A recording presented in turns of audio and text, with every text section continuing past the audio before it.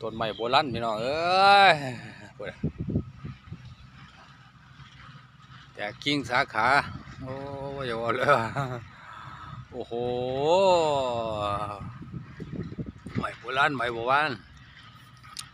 รุ่นตั้ง200 ปีเลยไม้ต้นหลายกว่านั้นบูหาขุดปูพี่น้องเอ้ย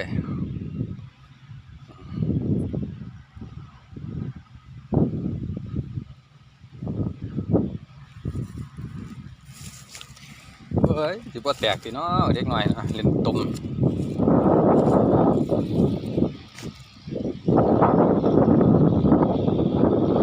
ขึ้นมาเหมือนละติมูนั่นดูบินกับมาแล้วตัวนี้